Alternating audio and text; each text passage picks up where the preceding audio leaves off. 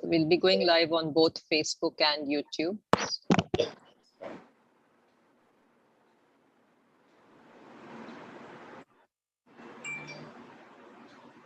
Yes, we are live on YouTube. I'm just checking if we are live on.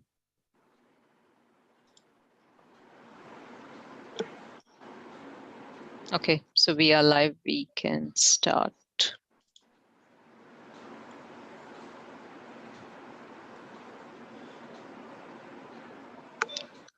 Okay. Let's check. So good evening, everyone. Thank you for joining us today. We are very, and you know, I recognize that this is, you know, kind of a festive weekend. So thank you for taking the time to join, and thank you, Dr. Sarma, as well. Let me get started and do a quick introduction. So as you are all aware, we've been doing a series on lupus, and today we're going to talk about managing lupus complications, and we're talking with Dr. Pradip Kumar Sarma, who's the rheumatologist and clinical immunologist based in Guwahati. And we'll do a quick introduction just right away. Patients Engage is an online platform, as some of you are already aware. We strongly believe that patients who are and their family caregivers, you know, if they are better informed about their condition and they're proactive about it, that leads to better decision making, and you know, you will be able to deal with the complications and understand what you need to do better. And that's what's the objective of Patients Engage, to bring together experts as well as people with lived experiences. Some of you may be aware that we had done a session about 2 weeks ago on the basics of lupus, and this was largely in Hindi. So if that's what you're looking for, you can go and check our YouTube channel or our Facebook page to find that recording as well. And today, as I said, we are very privileged to have with us Dr. Pradip Kumar Sarma, who's a rheumatologist and clinical immunologist. He's currently HOD rheumatology department at Excel Care Hospital in Guwahati. And he's the secretary of the Assam chapter of the Indian Rheumatology Association.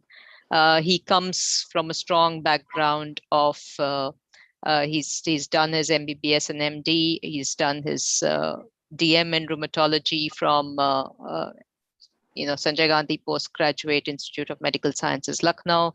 Received a fellowship from the Japan College of Rheumatology in 2007, and he's had many publications, and he's also the ex-member of the editorial board of International Journal of Rheumatic Diseases. So again, thank you, doctor, for making the time to join us. Again, as always, a guidance to our attendees that, you know, this is not replacing your consultations, medical consultations. This is general advice, and you can definitely ask your questions, and we will, if it's generic information, we will provide that. But if it is specific, then we would request you to get in touch with the Dr. Sarma separately as well, or your own doctor for specific medical issues. This session is being recorded, and it will be uploaded on YouTube as well. And if you are logged into Zoom, you can post your questions on the Q&A. If you're on Facebook or YouTube, you can post them on the live feed. And as always, you can write to us at editor@patientsengage.com. And, you know, we will be doing this as part of a series. So there's 3 more in the series that are coming up. So follow us on our social media pages. We are on Instagram, we are on Facebook, Twitter, as well as YouTube. So let me stop the share and let's get started, because we have a lot to cover today. So doctor, thank you once again for joining. And if you can quickly recap for our audience, what is lupus, so that, you know, people are all on the same page. Yeah, good afternoon, everyone. Thank you for your nice introduction about me.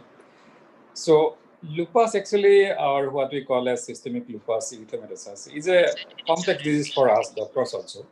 Because nowadays it is called that if you know lupus or systemic lupus erythematosus, you know whole medicine. Because lupus can involve any organ system of the body. It can affect the hair, it can affect the skin, it can affect the oral cavity, it can affect the heart, kidney, joints. So every organ system can be involved. So if you know lupus, you know medicine. Such a complex disease. So basically what happens during Corona time, now everybody will be knowing about immunity.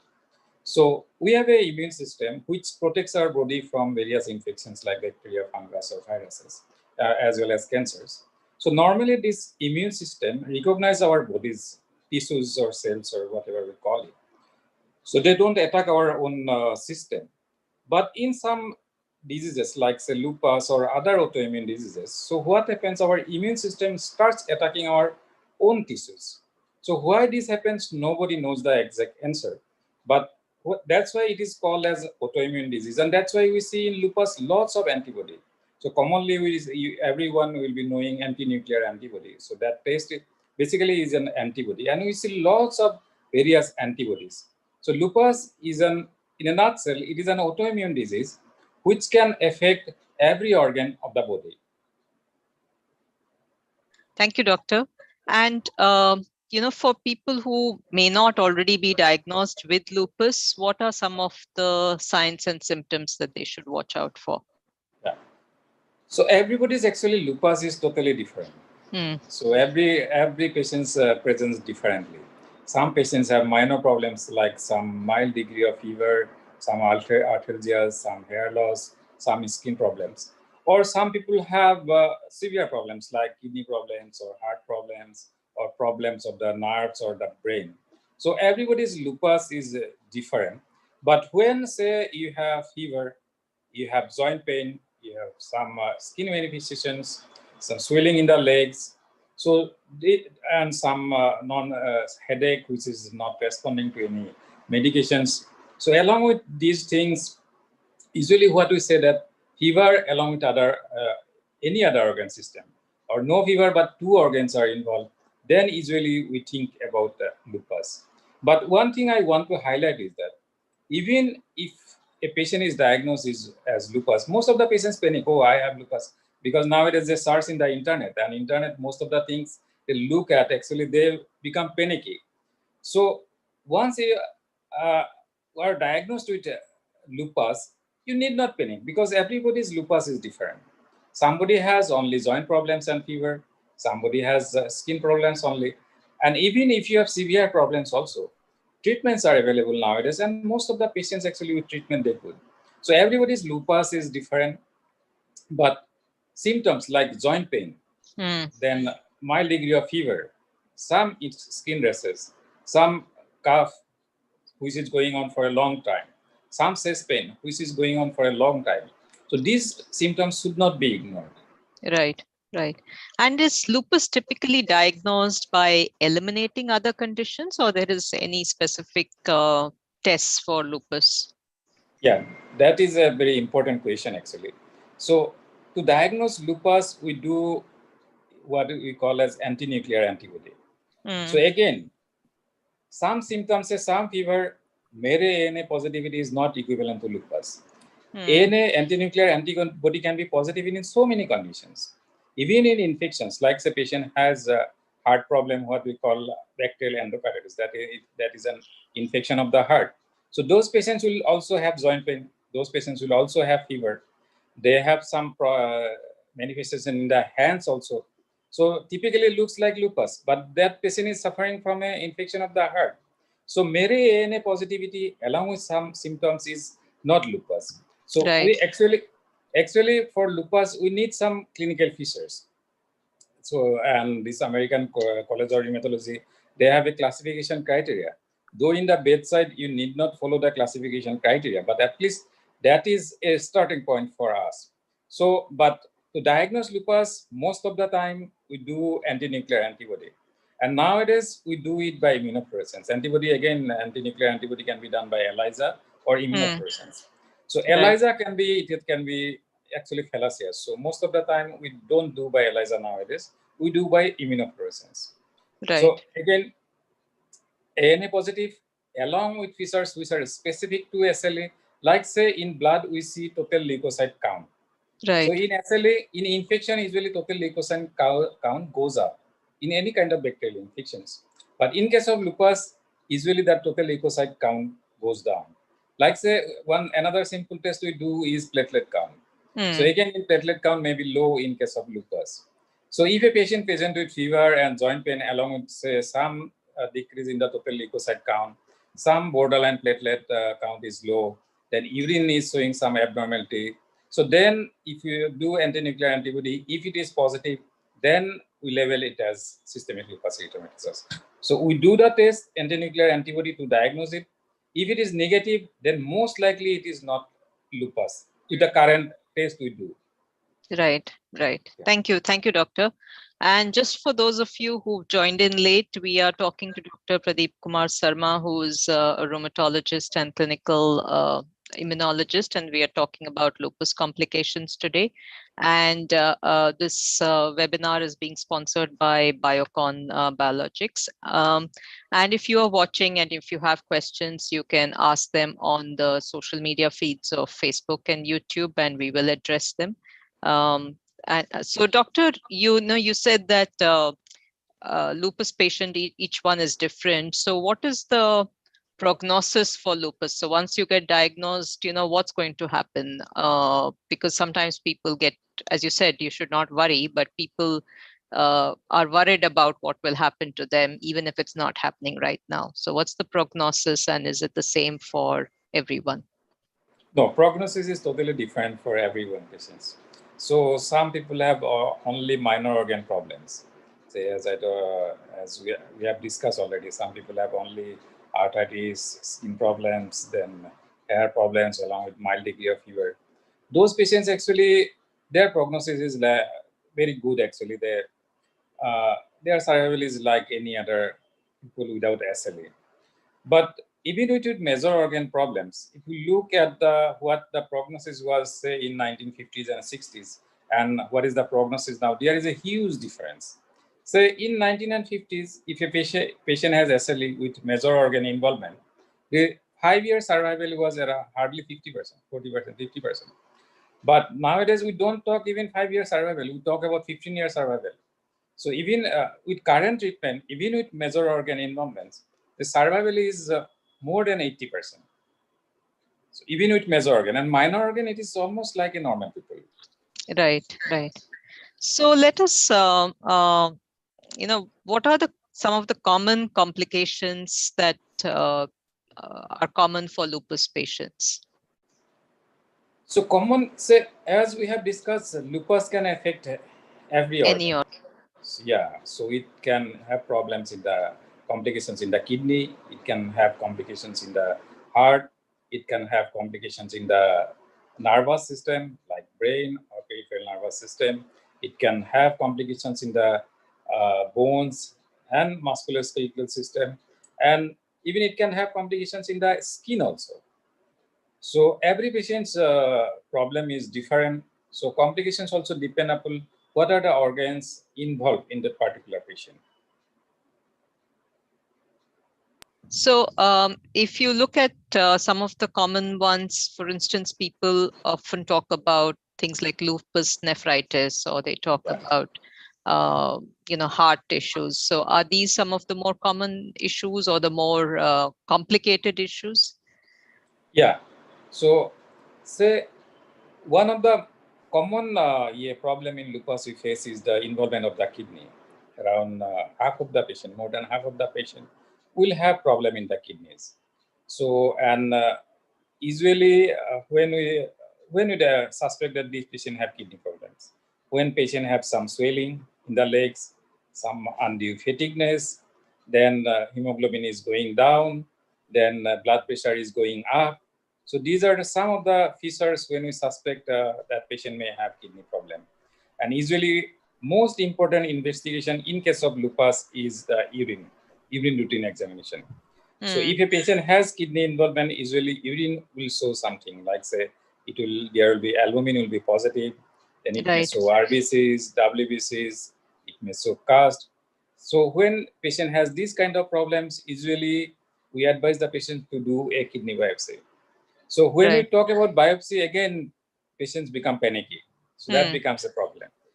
So to everyone, I want to tell the kidney biopsy is not like, say, biopsy for what we tell they are suspecting cancer. When people talk about biopsy, the first thing they are the doctor, is the doctor thinking about cancer. So biopsy does not mean we are looking at cancers. Basically, again, kidney involvement, there are different types in lupus. So in medical terms, we call is as 6 classes of lupus nephritis is there. So every class has different treatment. So that's why we want to be sure what class the patient has. And biopsy is not a cumbersome procedure. It basically done this ultrasound guided. Basically, it is done with a needle. So it is not like something will be cut or something like that. So basically, a needle is used to get a tissue from the kidney. So depending upon which type of nephritis the patient has, kidney problem the patient has, that actually guides our treatment. So and ultimately, most of the patients respond to this treatment. And a long-term, say, if we treat properly, the response rate is more than 90%. So 10% patients ultimately probably won't response. They end up in chronic kidney disease. So that is the complication we call as, if you, in pure terms, what will be the complication? If we treat properly, 90% patients with kidney problems will be having a normal life.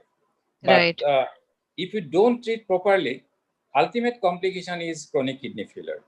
So chronic kidney failure, with all those requirement of dialysis, ultimately patient may require kidney transplant. So that's why we have to detect the kidney, the problem early, and we have to treat it properly. Right. Yeah. So what is I know you said you do urine test, for instance, regularly. How often do you recommend patients of, your patients to come and see you and to do the necessary testing? Is that fixed for all patients? Is there a standard protocol, or does that again depend? It again depends upon the patient's condition. So how the patient's initial presentation is. There are different tests, like say we do some antibodies to see the disease activity, like say DS, double stranded DNA, C3, C4. These are some of the tests, immunological tests we do. So depending upon this test, it actually decides how frequently patient has to be monitored. But usually, at least every 3 months, usually we do the routine investigations, like say hemoglobin, then total leukocyte count, platelet count, urinary, creatinine. These are the tests required at least every 3 to 4 months in most of the patients of SLE. Right. Okay. And so you talked of kidney, you also talked of briefly, you mentioned about monitoring blood pressure, etc. But is heart organ that gets affected with lupus? Yeah. So heart actually, again, all the layers of the heart, actually heart has many layers. So again, all the layers of the heart can be affected in lupus. So outside the heart, we have a sac. We call it as pericardium. That is a membrane-like thing.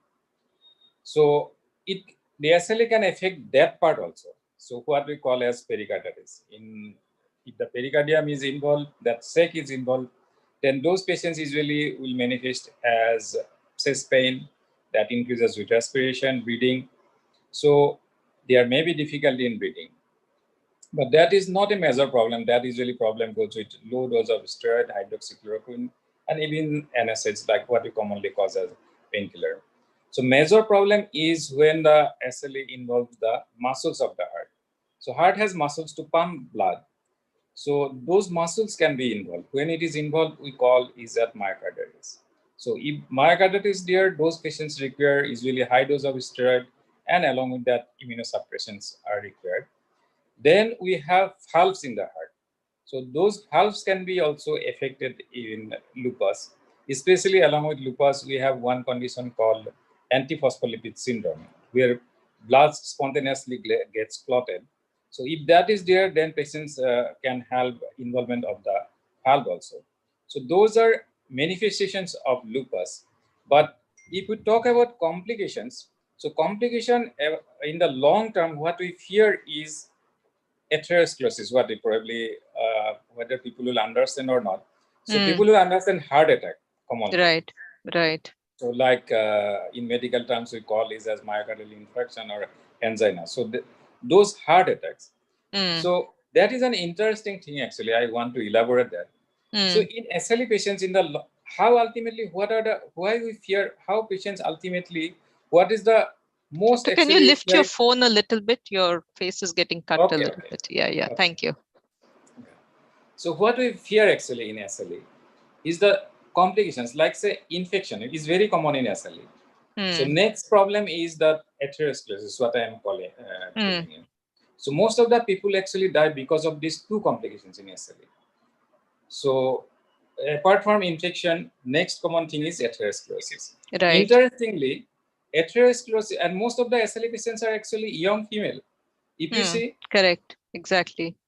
Female to male ratio is around 15:1 in this young age. Yes. And most of the affected female are in between 15 to 45 years of age. Interestingly, in 15 to 45 years of age, atherosclerosis is not very common. Heart attack is very rare in this group of female. Male can suffer at 40, but female usually don't suffer heart attack at this young age. But in SLE, that is the risk of this heart attack is increased by around 50-fold. Right. So that is the complication we fear. So that's why, and controlling disease activity is very, very important, so that long term this complication does not occur. Right. And most of the thing you will, I have already mentioned, most of this manifestations, they require steroid. That steroid is a double-edged sword. Steroid can lead to more atherosclerosis. Right. So drugs along with the disease activity, these two are important for atherosclerosis. So that's why we have to evaluate these patients for these risks of this kind of complications, like heart failure or stroke in the brain. Right. So that's why we usually they need some follow-up. Then whether they have other risk factors, common risk factors for heart attack or not. It's like say lipid abnormalities. Those are usually risk factor for heart attack, like smoking, like obesity, sedentary habits. So SLE patients usually they can also have those risk factors. So usually that's why we want to address those issues. Right. And along with that, we want to control disease activity also, because disease activity itself is a risk factor for increased heart failure or stroke. So that's why we have to look at the disease activity along with these modifiable risk factors, all these factors. So we usually we look at that also. And if we control these factors, along with if we control lupus disease activity, the risks of atherosclerosis or heart failure or strokes become lower. So when you talk of control risk factors, what are the things that you advise patients to do? Yeah. So that is again an important question that everyone with lupus should do. So as I already, as we have discussed, so risks of this heart attack and stroke is increased by many-fold. At this age, it is increased by 50-fold. That's why it is very important they should look at their diet. So because lipid abnormalities are again, those are increased risk factor for this heart attack and stroke. So they should have always a balanced diet, and their fats and carbohydrates should be limited. Most of the people actually think that protein is bad for any kind of arteries. Protein is not bad. It is the carbohydrates and the fats. Junk food, what we call is those are bad for this kind of patients. Regular exercise, that is very, very important to prevent these complications. Then regular look at measuring the blood pressure and sugar, because most of these lupus patients will be on steroids. So those are again risk factor for blood pressure and diabetes. So regular monitoring of blood sugar and blood pressure is very, very important. And then stress, that is an important factor. So as you have actually mentioned earlier, is panic situation. That stress, that again a risk factor. They should not see disease. I always tell my patient, you have a disease that that is nobody's fault, and nobody knows who is going to suffer.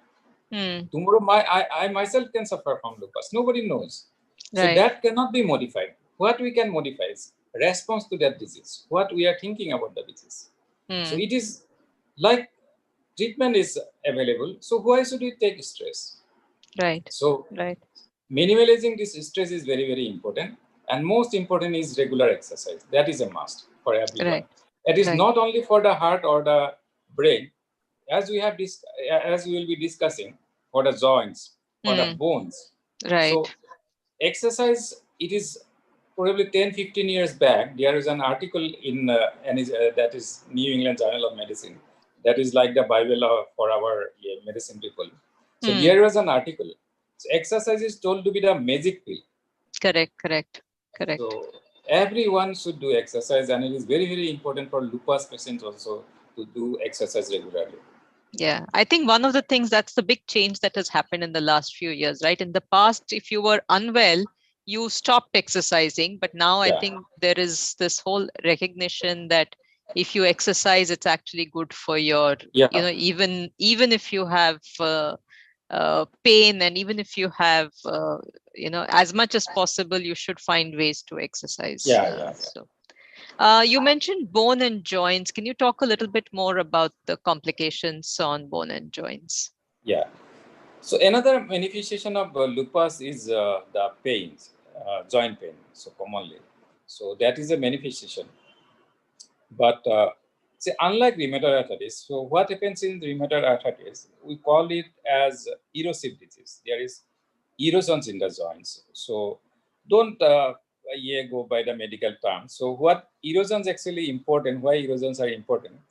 If we have erosions in our joints, that ultimately leads to deformities. So the joint damage occurs.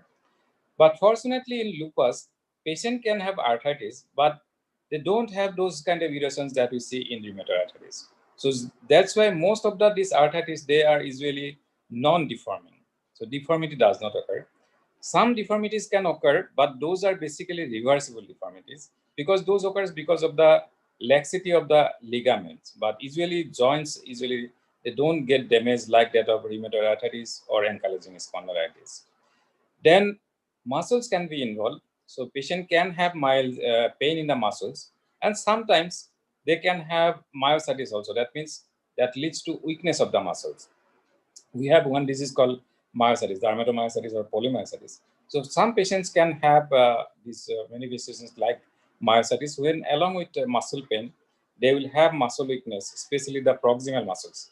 They have difficulty in lifting their arms, like they get difficulty in combing their hairs. So they have weakness of the proximal lower limbs also. So that's why get difficulty in standing from sitting positions. So, but that is not very common. But one thing, long-term complication, what we see is osteoporosis. Right. It is because of the steroids or because of the disease itself. So in some studies, actually, it has been shown that 1/3 of the patients have osteopenia. That means weak bones. And around 15 to 20% patients have osteoporosis. And we have to remember these patients are very, very young. It's not elderly. Osteoporosis is more common in elderly. But young people can also have osteoporosis if they have lupus. So that is one complication we see, osteoporosis and these weak bones, what we call osteopenia. And that can lead to fractures. Another peculiar thing we see is what we call as avascular necrosis. That means blood supply to the these bones becomes less. And that commonly affected area is hip joints, and sometimes knee joints and other joints can be affected. But more common is the hip joints that we call as avascular necrosis. So why it happens, it is particularly it occurs in a SLE, but why it happens, we don't know exactly. And what is the treatment also, exact treatment also is not known, but some people ultimately needs hip joints surgery for this avascular necrosis. Okay. And is there anything that, again, people can do to prevent this? And, does this happen quite rapidly, the effect on bones? Yeah, because actually because of the disease itself, and we'll be using lots of steroids. So that's why usually this bone loss becomes very early in case of SLE. So one important factor to prevent this osteoporosis is exercise, and especially weight-bearing exercises. At least if people can do 2-3 times a week weight-bearing exercises, that is good for bones. Then regular this intake of calcium and vitamin D. So calcium, we can get lots of calcium in milk and this fish. So then meat. So regular calcium and vitamin D, regular exercise. So those are very, very important for this preventing this osteoporosis. Okay. And you talked about some of these, like you talked of the effects of steroid. Somebody's asked a question. His daughter is on, I think, Renodapt for 7 years. He's asking if that can cause any complications. So Renodapt again is an important drug for that, is basically mycophenolate sodium. So what actually it is given for major organ manifestations when patients have kidney problem or problems in the nervous system or problems in the heart. Usually that is given. So sometimes long term it has to be used, but we have to monitor. If monitored properly, say again those common tests like hemoglobin total, because these are the with mycophenolate hemoglobin may come down, total leukocyte count may come down, platelet may come down, and it can create problem in the liver. So regular monitoring of this SGOT, SGPT. So if we monitor this properly, then it should not cause a problem. Right. Okay. And I think you've anyway talked of the managing lifestyle, controlling risk factors by exercising, by diet, etc. But on diet, sometimes people try all kinds of other diets as well these days, right? They try elimination diets, etc. Is there any evidence on any of those dietary interventions? Yeah, actually, that is a very, very good question. Nowadays, most of the actually people are, whoever has any kind of pain, they will ask what diet I should take. So there are many things found in the internet, but actually most of the things they are actually not peer reviewed, so that's not proper. There is actually no specific diet for SLE or any kind of arthritis, except people who has problem with uric acid. Apart from that, in any kind of arthritis, there is no specific diet. Most important is to have a balanced diet. And balanced diet, and now it is very important to cut down the fats and the carbohydrates, to take more protein, more vegetables, and more fruits. So fruits are very, very important. Vegetables are very, very important. And importantly, we should have a balanced diet. But there is no specific diet. We should not go by this internet knowledge. So should have a balanced diet with more vegetables, more proteins, more fruits. Right. Okay. And in terms of, you also talked of the fact that lupus affects younger people more. And obviously that means that it affects, and you said young women as well. So one of the commonest questions we get and people struggle with is about pregnancy in lupus, right? So can persons or women with lupus become pregnant? And if yes, how should they go about it? Yeah, definitely. That is a common problem because it affects the younger people, as you have already mentioned. So definitely, diagnosis of lupus is not the end of the road. So most of the people can have a normal life. Even pregnancy can be, it is usually most of the time, if we plan it properly, pregnancy is always uneventful. Patient can have a normal baby. And the first question, whether I have lupus, my daughter or my son will have also, whether they have the risks or not. So actually, nobody can answer that question. If a family member have SLE, then the risks of SLE is somewhat increased. But it is not like that I have SLE means my daughter or son will also have SLE. So pregnancy can be always planned in lupus, but it should be planned. It cannot be haphazard. some patients cannot actually plan pregnancy, like say in a heart condition we call as pulmonary hypertension.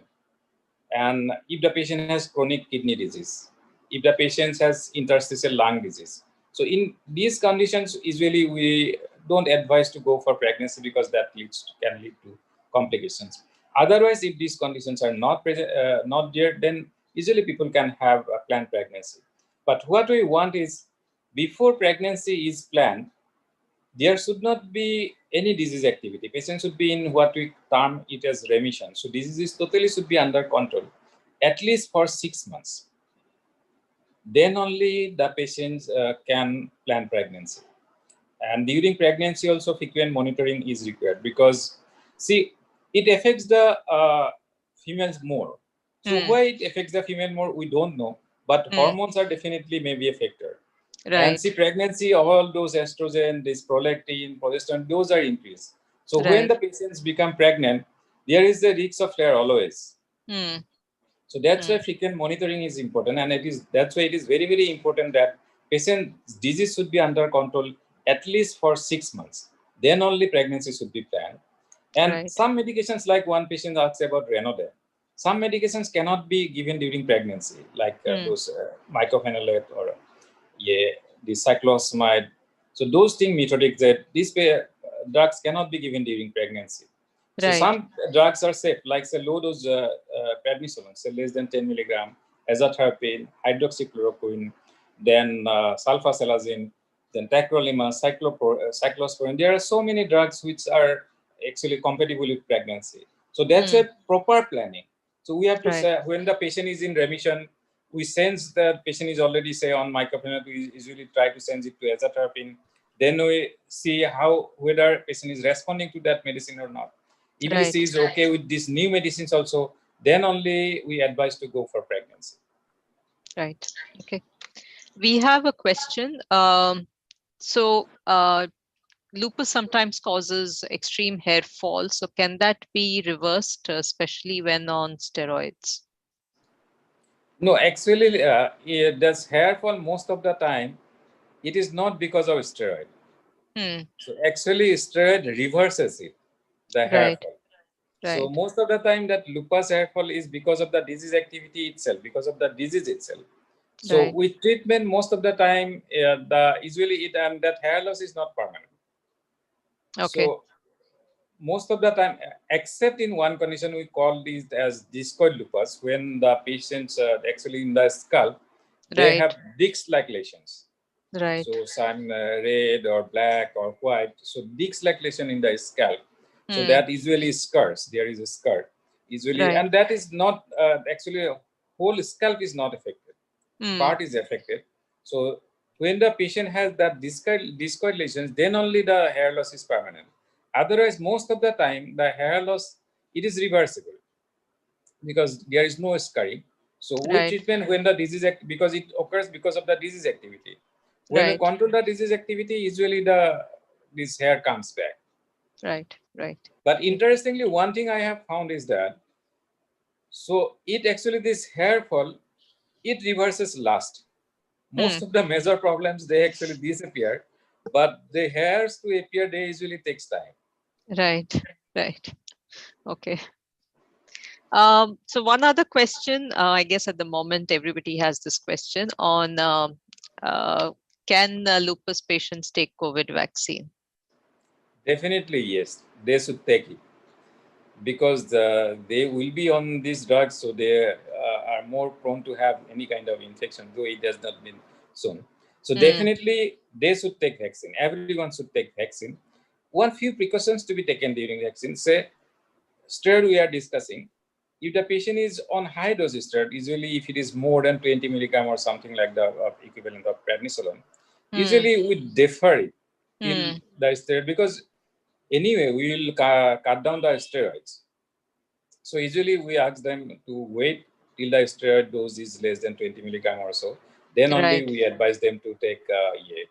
Then if the patient is on endoxan, usually that is given in monthly injections. If the patient is on endoxan, usually we ask them to take the vaccine in between two endoxan. Say it is given monthly. So we ask them to take the vaccine in between two injections. Right. So say 15 days after the first injection, 15 days before the second injections. Then if the patient is on methotrexate, then usually we ask the patients to skip methotrexate for 1 week after taking the vaccines. Right. Then other medicines they can continue like that. So, but vaccine definitely everyone should take it. Right. Right. Okay. And do you, you just tell patients whichever vaccine, or is there any advisory on that? No, whichever vaccine they want to take, they can take it. Right. Right. And should they be so before they take the vaccine, they should contact their rheumatologist a week before, 2 weeks before? How do they ascertain when is a good time?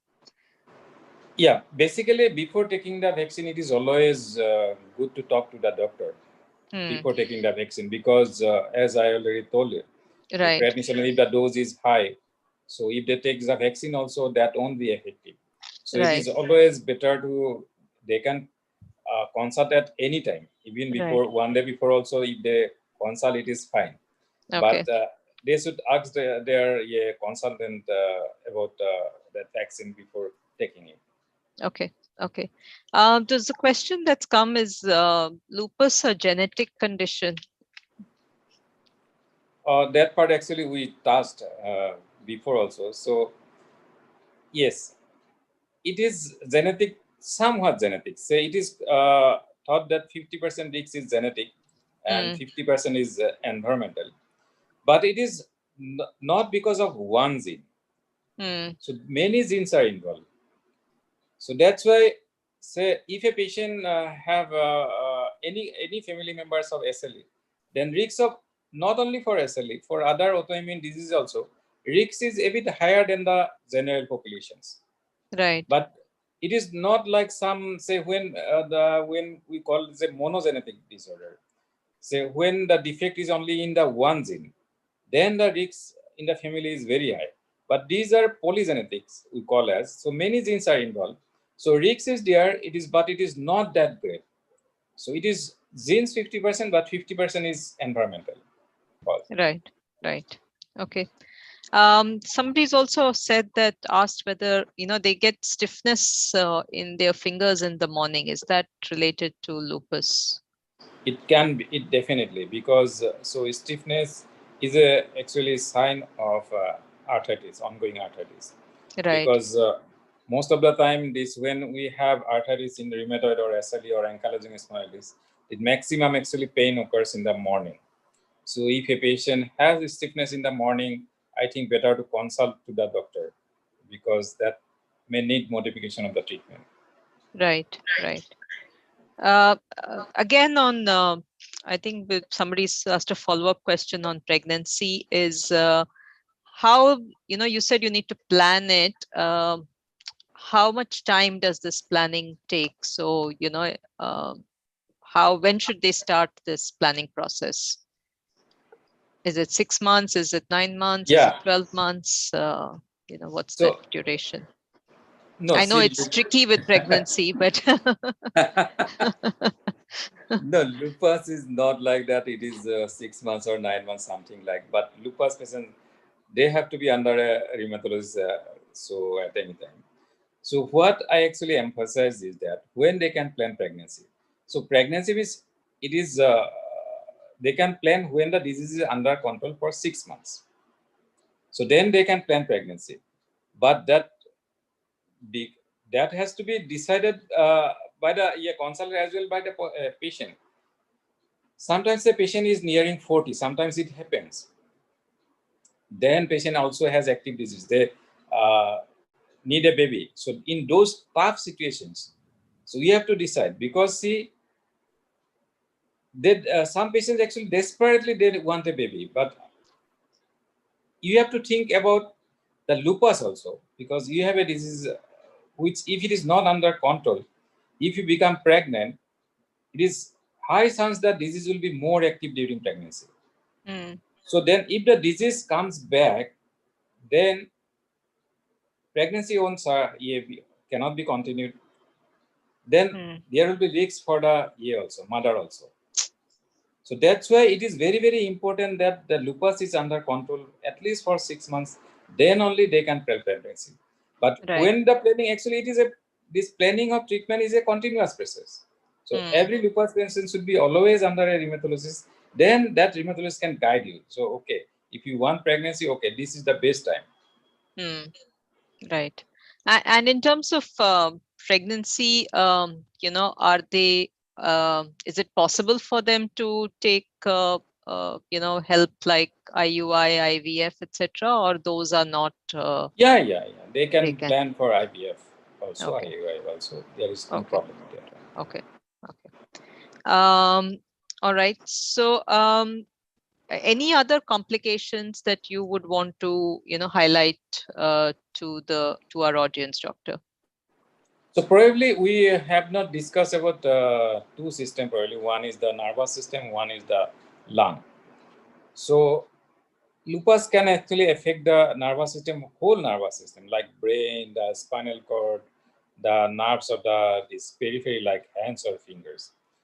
So headache is a common problem in lupus patients. More than half of the patients have headache. Exactly, we cannot pinpoint what is a headache. Then another peculiar manifestation of lupus is this fatigue. And even some patients, even with treatment, that fatigue actually doesn't go. So when usually we advise our patients when that happens, usually we ask the patients at least whenever you feel fatigue, at least during daytime, take a nap. At least if it is for half an hour also, that will also actually helpful for it. So fatigue, even with treatment, sometimes it does not go. Then this concentration, problem with the concentration, that is also why it happens. No, if you do one MRI, there is nothing. But sometimes some people actually feels problem with concentration.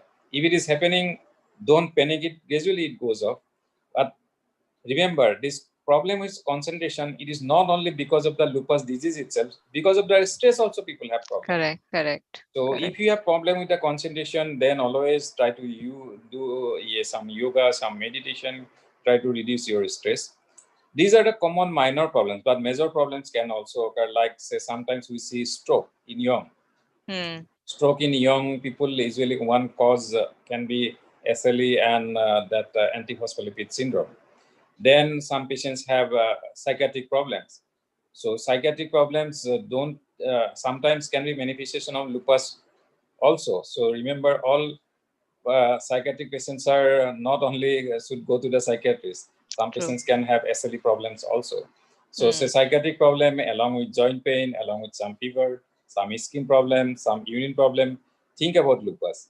So psychiatric problems can occur, then stroke can occur, then infections like meningitis or encephalitis. Those things can also occur in lupus. So stroke, again, those thyroidosis we have discussed. So that can lead to again stroke. SLE itself can lead to stroke. Antiphospholipid syndrome can lead to strokes. So these are some of the common neurological problems. So in the lung also there can be complications. So common is that there is we have a sac in the heart. So we have a sac like mammal-like thing around the lung also. So when that is called, we call this as pleura. So there can be there is usually two layers. So in between two layers, if that layer is affected, that pleura is affected, there can be fluid in between these layers. So pleural effusion, most common cause in our country is tuberculosis. But usually we have two lungs. If both sides there is fluid, we think about diseases like SLA. So if it is one-sided fluid is there, usually we think about infections like tuberculosis. So if both sides is there, then usually it can be lupus, it can be rheumatoid arthritis. Usually you think like that way.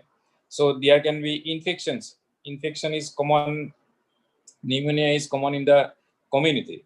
So SLE patients are also prone to these pneumonias also.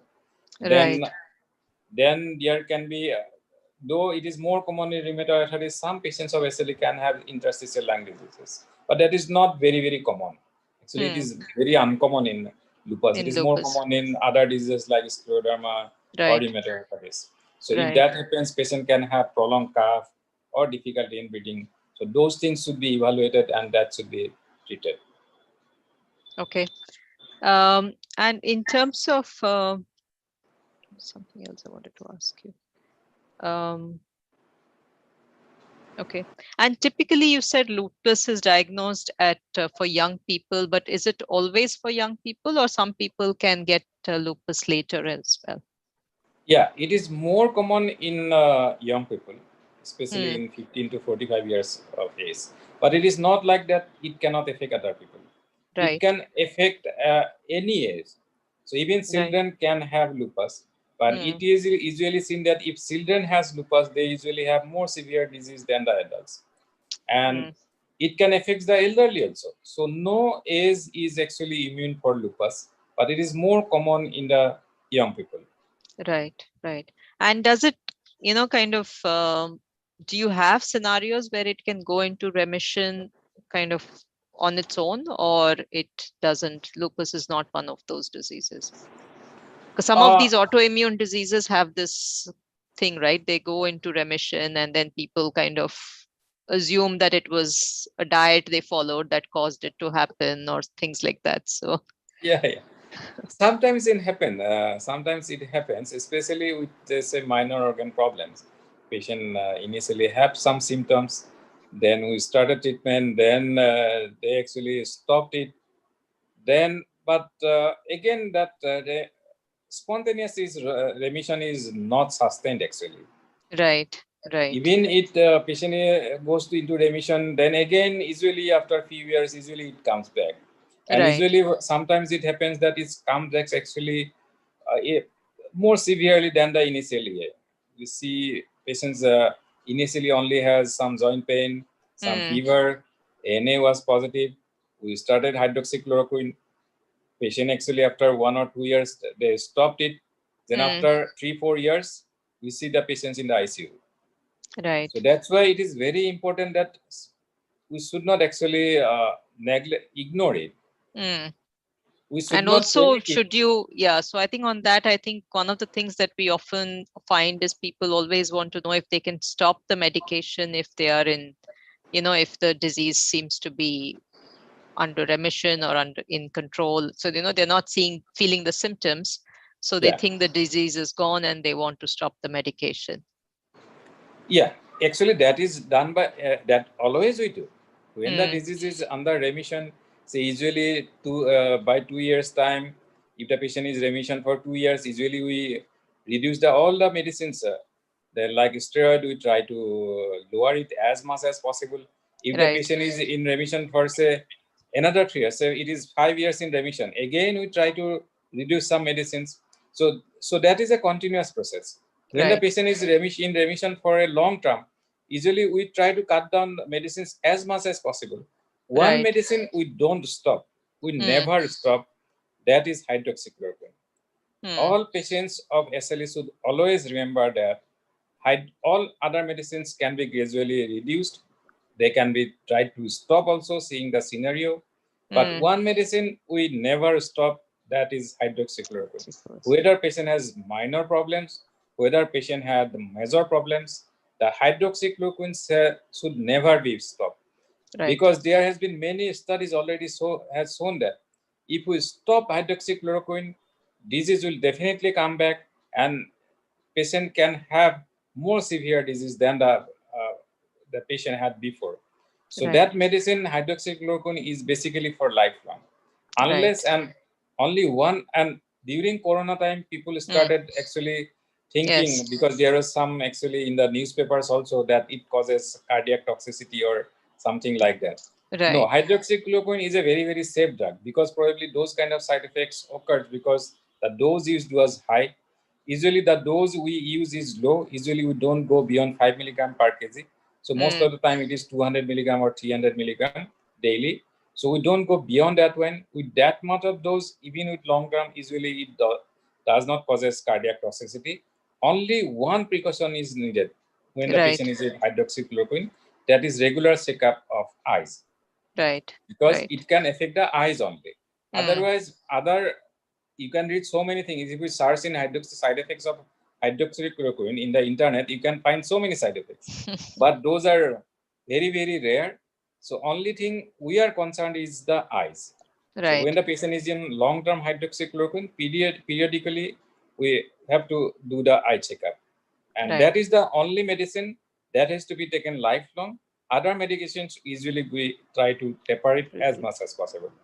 Okay, thank you. One final question: are there any limitations on fruits that lupus patients can have? Is there any fruit that they should not eat? Or no, there is no limitation with fruits unless the patient is diabetic. Then only the limitation about the fruits. Yeah, but that's also the amount of fruit you eat. It's not. There is no specific. Yeah. Okay. Thank you, doctor. So, any final tips for lupus patients and their families? Yeah, I want to actually few tips as I have already actually highlighted. First and foremost thing is don't diagnose yourself. Right. ANA positivity is not lupus. To be labeled as lupus, you have to have some other clinical features also. So consult a rheumatologist before diagnosing yourself as lupus based on anti-nuclear antibody. Number one. Number two, if you are told to be having lupus, don't panic. Everybody's lupus is different. And nowadays the outlook has changed. So most of the time prognosis is very, very good. Now, as we have discussed, 15-year survival is more than 90%, and that quality of life is very, very good. So third thing is stress. Don't take too much of stress. Right. Stress can lead to problems. Then diet, you should have a balanced diet. Regular exercise is very, very important. Smokers, they should stop because that will lead to more complications. Regular taking regular medications and regular follow-up, very, very important. Don't talk to listen to others that I have taken this microphone for 6 months, I stopped, I am okay. It is not like that. Don't listen to the others. Always listen to your doctor only. Right. So what he decides, so you should consult with him, and always you can discuss your problems with your doctor. So don't decide yourself. You discuss with your doctor. Both of you can decide what is best for you. Right. And exercise I have mentioned. Only protection needed is the protection from the sunlight. So because sunlight can lead to flares, so that's why you should protect yourself from sunlight. So I always advise my patients to wear full sleeve clothes, try to use umbrella, try to use sunscreen lotions, and if possible, try to go to the outside in between when you have maximum ultraviolet rays. So say between 10 to 2. If that is not also possible, that is not strictly required. So you should protect yourself from sunlight. So those are the things I advise my patients. Right, thanks. Just on that, because you said, so one of the issues that happens sometimes if you have to avoid sunlight is vitamin D deficiency, right? So do you therefore, do lupus patients need to be, checking their vitamin D? That is a very, very interesting question, actually. So vitamin D actually has been, it is thought to be one of the vitamin D deficiency. Can be a cause of lupus. Then vitamin D deficiency can lead to flare also. Right. So, right. And nowadays people are actually, most of the centers actually, they supplement their patients with vitamin D. Okay. Whether and it is always better to, if possible, you can check the vitamin D level. But usually most of our SLE patients nowadays we supplement with vitamin D. Okay. Yeah. Okay. Thank you. So thank you so much, doctor, for answering all the questions. I think we covered a large gamut. And for some of you who've come in late, if you look at the early part, there was a question on vascular complications. We already covered that in the session. So if you go back to the recording, you will be able to see that. So thank you, doctor. We covered, as I said, a lot of ground. We talked of the various complications and how patients of lupus and their families should not panic and stay healthy and eat well and exercise also, but also stay in touch with your rheumatologist. I think it's a condition that needs close monitoring. So thank you so much, and thank you to Biocon for supporting this series on lupus for our lupus patients. Thank you. Thank you.